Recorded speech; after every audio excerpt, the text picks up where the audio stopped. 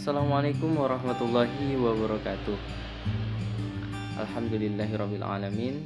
Puja dan puji syukur kehadirat Allah Subhanahu wa taala yang beri kita kesehatan dan kesempatan sehingga kita masih bisa melaksanakan aktivitas maupun menyelesaikan tugas-tugas pribadi kita.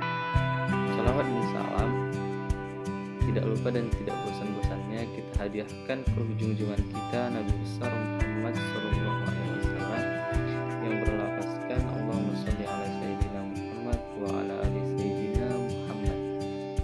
Nah, kemudian perkenalkan, nama saya Wildan Fauzi Harahap. Saya dari kelas EQ 3E dengan NIM 05011932222. Nah, adapun tujuan saya membuat video ini ialah untuk memenuhi tugas mata kuliah kewirausahaan. Kemudian adapun materi yang akan saya bawakan yaitu ialah komunikasi dan interpersonal skill, yaitu pada bagian motivasi. Nah, langsung saja kita ke pembahasan. Baiklah, masuklah kita ke pembahasan yang pertama, yaitu ialah konsep motivasi. Nah, apa sih motivasi itu dan bagaimana sih konsepnya? Nah, baiklah, kita bahas pada pembahasan ini. Sebelum itu perlu kita ketahui bahwasanya kata motivasi itu berasal dari kata atau bahasa Latin, yaitu dari kata mover yang artinya menimbulkan pergerakan.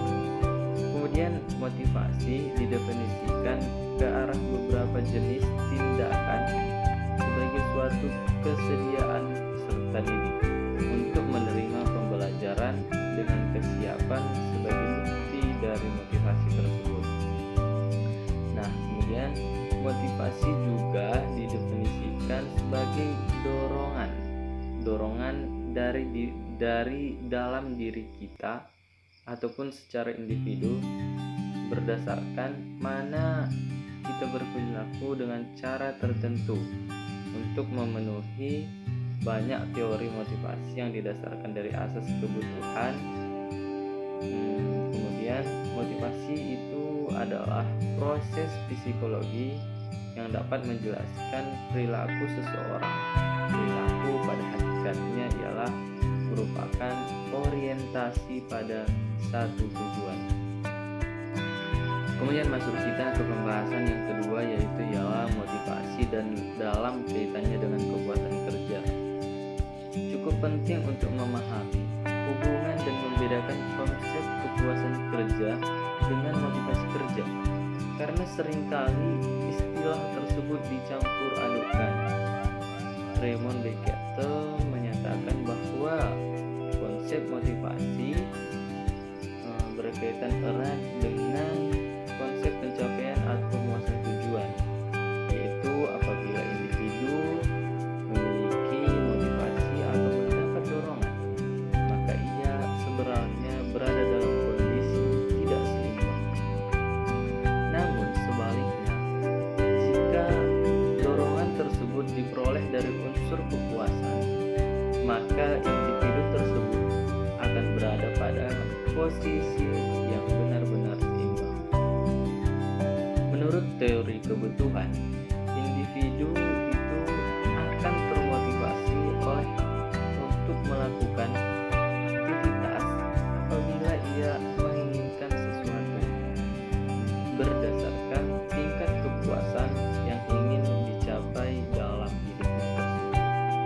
Kemudian, kepuasan kerja juga merupakan suatu proses pencapaian tingkat motivasi untuk karyawan jika bisa produktif dalam bekerja dan merupakan bentuk karyawan-karyawan yang didorong oleh pemenuhan kebutuhan-kebutuhannya. Kemudian masuk kita ke pembahasan yang ketiga, yaitu teori proses motivasi kerja. Nah, terdapat beberapa teori yang membahas tentang motivasi kerja. Salah satunya ialah teori dari Abraham Maslow, bahwa Abraham Maslow membagi kebutuhan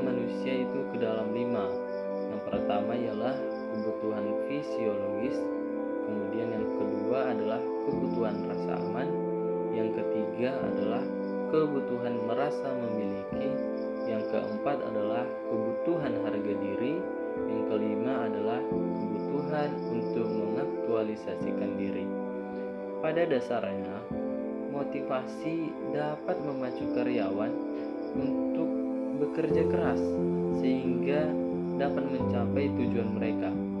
Hal ini akan meningkatkan produktivitas kerja karyawan sehingga berpengaruh pada pencapaian tujuan perusahaan. Kemudian masuk kita ke pembahasan yang keempat atau yang terakhir, yaitu ialah motivasi dalam peningkatan kinerja dan produktivitas. Nah, sebelum itu perlu kita ketahui, organisasi adalah sebagai wadah atau tempat sekumpulan orang-orang yang melaksanakan pekerjaan dalam rangka mencari suatu tujuan organisasi yang senantiasa harus mengikuti perkembangan agar dapat meningkatkan dan mengembangkan daya saing serta produktivitas yang efektif dan efisien. Pada dasarnya, setiap instansi pemerintah maupun swasta bukan saja mengharapkan karyawan yang mampu, cakap, dan terampil, tapi yang terpenting mereka mau bekerja giat dan berkeinginan mencapai hasil kerja yang optimal. Untuk itu, pemimpin hendaknya berusaha agar karyawan mempunyai motivasi yang tinggi untuk melaksanakan tugas atau pekerjaannya. Kemudian berbicara tentang motivasi, maka akan muncul suatu pemahaman bahwa makna ini akan mengarah kepada suatu kebutuhan yang harus dipenuhi sehingga akan mendapatkan kepuasan. Dalam menjalankan peran kepemimpinan, maka wirausaha kerap hubungannya baik menjaga semangat kerja atau motivasi berpengaruh dalam semangat kerja. Untuk motivasi diri sendiri dan orang lain, maka diperlukan kemampuan motivasi. Secara prinsip akan ditunjukkan oleh wirausaha dalam kondisi ia berada di depan, maka ia akan menjadi teladan atau contoh tindakan yang baik. Maka jika ia berada di tengah atau di antara karyawan, maka ia akan menciptakan ide atau inovasi. Jika ia berada di belakang, maka ia memberikan dorongan dan arahan. Kemudian, keberhasilan merupakan suatu output dari proses yang berkesinambungan dan akumulasi berbagai faktor pendorong.